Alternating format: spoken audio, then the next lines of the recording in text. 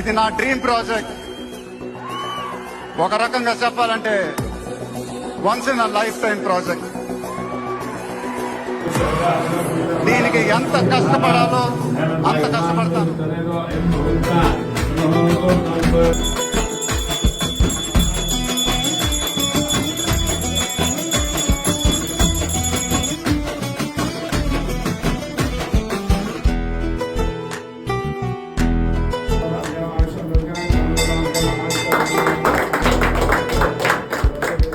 నువ్వు కన్న కలలే నిజమవుతాయి చూడు.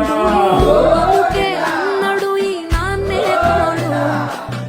దశరథ మా